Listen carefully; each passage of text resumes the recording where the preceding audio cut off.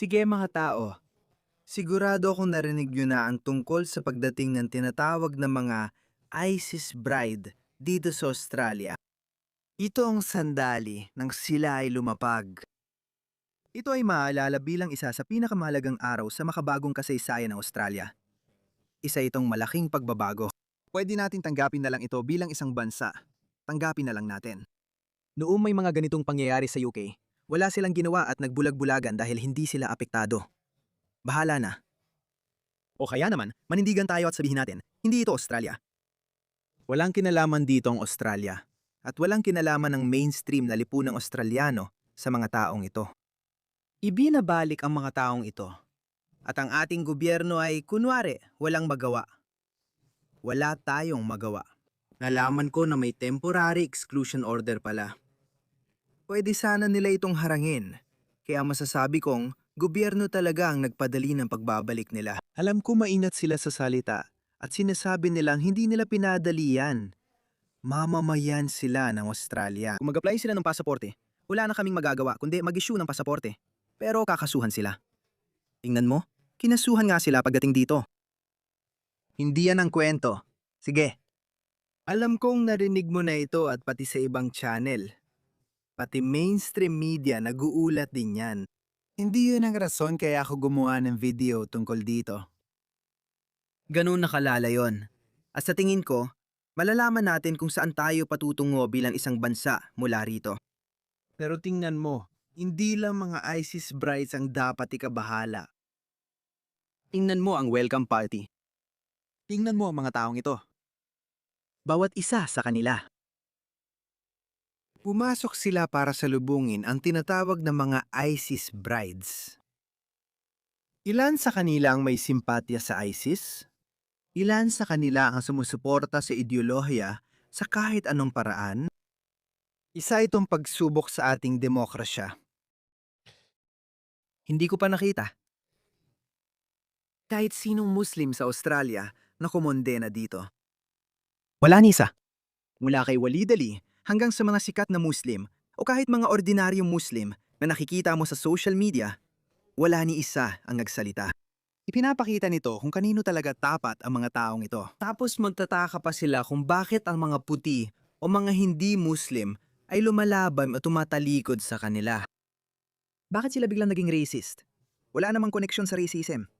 Tingnan mo, mukhang puti itong isang lalaki, pati rin yung isa. Hindi ko alam kung ano yung bagay na yan. Tingnan mo. Panurin mo itong video na ito. Naghihintay lang ako sa pagdating mga asawang babae ng mga miyembro ng ISIS. Ganito talaga sa Australia mga kaibigan. Anong napala ng Australia doon? Tingnan mo sila. Bastos talaga sila. Kaya napalibutan sila ng media. Tingnan mo ang pananalita nila. Sabi kayo? Sabi kayo? Bakit mo pinakasalan ang lahat ng mga teroristang ito? Tumahimik ka, malandi ka. Ang basurang taong ito, tinawag niyang tumahimik ka, malandi ka ang babae. Bakit naglalabas ng mga kuko ang mga bata? Ayon sa balita, muntik masuntok ng isa sa kanila ang isang mamamahayag sa tiyan. Anong gagawin mo dun sa Melbourne? Tingnan mo tong lalaking to. Tingnan mo tong basurang tao na to. Dapat siyang ipa-deport base pa lang sa itsura niya. Siguradong magpinsan ang mga magulang niya, 100%. Uy, tingnan mo, retard. Kaya isa sa mga babae ay nakilala na.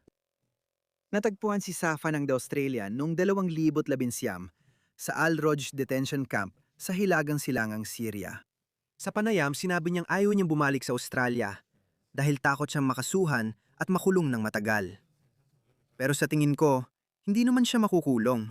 Good luck sa pagpapatunay ng mga kasong yan. Sa tingin ko, kinasuhan siya ng pang-aalipin, mga krimen sa digmaan at mga krimen laban sa sangkatauhan. Good luck na lang sa pagpapatunay niyan sa korte. Hindi lang talaga gumagana. Giniti na ayaw niyang bumalik, mahaba ang pagkakakulong at mawawala pa ang kustudiya ng anak niya. Pero sa huli, bumalik pa rin siya. Napagtanto niya ang bansa na labis niyang kinamumuhian. Sa huli, pakiusap, papasukin niyo ako. Ayoko talaga sa kanila. Pasensya na mga pare. Naiintindihan mo ba kung bakit ganito ako? Kung bakit ko sinasabi na bawat tao na nakatira sa isa sa mga dakilang bansang ito, kung magigising sila araw-araw at ipapahayag ang kanilang pasasalamat. Hindi pa rin yun sapat kahit sa bansang tumanggap sa kanila. Malaking pribilehyo ito. Masuwerte ang mga ipinanganak dito dahil walang pumipili kung saan sila isisilang. Pero bawat tao na hindi ipinanganak sa magagandang bansang ito na matagumpay na nakakapasok. Sa isa sa mga bansang ito, dapat laging magpasalamat araw-araw. Pero ang mga taong ito ay talagang nagbigay ng dagdag na pagsisikap. Kaya meron tayong mga taong tulad ng ipinakita ko sa inyo. Walang pagmamalasakit sa Australia ang mga yan. Sigurado akong niloloko nila ang Centrelink. Niloloko rin nilang NDIS system. Wala silang naiambag sa lipunang Australiano. Pero pinipilit tayong mamuhay kasama nila. Pinili niyang pumunta sa Syria dahil tinanggihan niya ang kulturang kanluranin. Bumalik ng kahiyahiyang babae. Pakiusap, papasukin mo ako. Ay, nagkamali ako. Sa totoo lang, hindi niya sasabihin yun. Siya ang nagkamali. Bagong kuha itong litrato, sa tingin ko. Hindi pa rin niya inaalis ang kanyang hijab at patuloy pa rin siyang kumakapit sa maraming ideya na nagtulak sa kanya para pumunta sa Syria. Gusto niyang palakihin ang anak niyang lalaki sa mas konserbatibong paligid. Ang ibig niyang sabihin, konserbatibo ay ang pagkuha ng mga babaeng alipin sa pakikipagtalik at pagputol ng ulo ng tao. May ilang bata na sumali sa pagputol ng ulo ng mga biktima. Pumunta ako rito para layuan ang lugar na may mga hubad na babae sa kalsada. Lahat, pati yung mga lalaking pinakita ko sa'yo, ganun din ang pananaw. Tinitingnan nila ang mga babaeng kanduranin bilang mga pokpok. Oo, ayan na. Talagang sinabi niya yon. Ang unang lumabas sa bibig niya tungkol sa isang babaeng Australianong mamamahayag. Tumahimik ka, pokpok. Yan ang sinabi niya. Ganun nila tinitingnan ng mga babae. At tayo ay pinipilit na yakapin ang mga taong ito. Maganda ang multikulturalismo. Ang pagkakaiba-iba ang ating lakas. Ito ay isang sumpa. Bawat bansa sa kanluran ay sinisira ng mga taong ito. Bawat bansa sa kanluran. Sa Britanya, katatapos lang ng lokal na halalan, 208 na independenteng kandidato na Muslim ang nanalo. 208. Tumaas mula 107 o mga ganon. Anong sinasabi niyan sa'yo? Sa totoo lang, alam mo, iniisip ko bakit sinusuportahan sila ng gobyernong Labor? Bakit hindi nila ginamit ang pansamantalang utos na ito na nagbabawal sa muling pagpasok? Kasi ayaw nilang ma-offend ang mga lalaking nakita mo. May kamag-anak ang mga babaeng ito at may komunidad na sumusuporta sa kanila. Tiyak galing sila sa distrito ni Tony Burke sa Western Sydney. Bankstown o Lekamba. Pasensya na pero itong mga kaawa-awang politiko, gagamit ako ng mabigat na salita, wala akong pakialam. Mas delikado pa si Tony Burke kaysa kay Anthony Albanese. Si Anthony Albanese ang pinakamasamang punong ministro sa kasaysayan ng Australia. Pero kung si Tony Burke ang papalit sa kanya, malinaw na mas malala pa siya kaysa kay Anthony Albanese. Pero hayaan niyong sabihin ko sa inyo mga talunang politiko. Tingnan niyo lang ang UK. Ang kanilang Labour Party. Matagal nang nagpapalubag loob sa kanilang mga Muslim na botante. At tingnan niyo sila ngayon. Pag umabot na sa critical na bilang, itatapon ka na nila. Maglalagay sila ng sariling kandidatong Muslim o lilipat sa ibang panig. Bakit? Oo. Sa ngayon sa UK, ginagamit nila ang Greens bilang tuntungan. Akala mo ba mahal ng mga Muslim ang mga baklang stripper at LGBTQ at gender fluidity at ang pagdedekriminalisa ng lahat ng droga? Hindi nila gusto. Bakit sila bumuboto para sa Greens? Kasi tuntungan lang nila yon. Kaya nalalaman na ng Labour Party sa UK at natutuwa ako na nalalaman na nila. Pero itong mga Labour na politiko sa Australia, sila mismo na sinusuyo ninyo kapalit ng pagsira sa kinabukasan ng bansa natin, wala rin kayong makukuhang kapalit. Dahil sa loob ng 2 o 3 termino ng eleksyon, siguro mga 6 hanggang 9 na taon, dodoble na naman ang populasyon nila. Gaya ng ipinapakita ng bawat senso sa UK, sa US, at pati na rin dito sa Australia. Dumodoble kada 10 taon ang populasyon ng mga Muslim. At dodoble pa dahil mabilis silang dumami. Hindi mo alam kung paano. Kaya para lang na manalo ka sa susunod na eleksyon, Sinisira mo ang kinabukasan ng bansa natin para saan? Hindi ka na nila iboboto ulit. Ayaw niyang palakihin ang anak sa ganyang lugar, sabi niya. Ngayon, gusto na niyang palakihin dito ang anak niya. Tingnan mo, sa totoo lang, ilangan na silang kansilahin. May bagong survey na ginawa kamakailan. 77% ng mga Australiano. 77. Hindi yan bansang hati ang opinyon. Iyan ay isang katla ng bansa.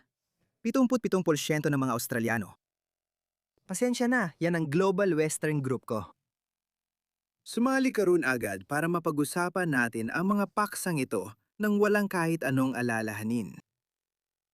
Para pag-isahin natin ang ating mga boses, kaya 77% ng Australiano. Gusto ng bawat Australianong mamamayan na hindi sumusunod sa mga pagpapahalaga ng Australia ay mapatalsik. Gusto nilang mawala sila. 77%. Hindi yan isang bansang hati. Hindi yan 50-50. Hindi yan 51-49. Malinaw na indikasyon ito na sawang-sawa na ang mga Australiano dito. Dumating dito ang mga taong gustong paunlarin at nagpapasalamat sa bansa sa mga oportunidad na nakuha nila. Sa mga bagong imigrante, napansin natin tulad ng sabi mo na may mga pumupunta dito para sa libreng ayuda. Ngunit may galit sa bansa at hindi sumusunod sa ating mga pinahahalagahan.